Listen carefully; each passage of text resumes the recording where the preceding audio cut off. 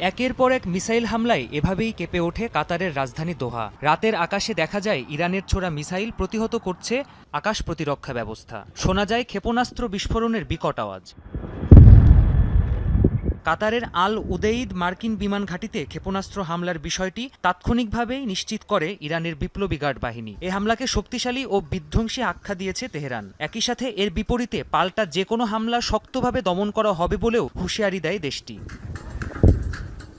ইরানের এ হামলার কঠোর নিন্দা জানিয়েছে কাতার। দেশটির পররাষ্ট্র মন্ত্রণালয়ের মুখপাত্র মাজিদ আল আনসারি এ হামলাকে দেশটির সার্বভৌমত্বের প্রতি আঘাত বলে আখ্যা দেয়। কাতারের পাশাপাশি এ হামলার নিন্দা জানিয়েছে সৌদি আরবও। তবে বন্ধুপ্রতিম দেশ কাতারের বিরুদ্ধে হামলা চালানো হয়নি বলে জানিয়েছে ইরান।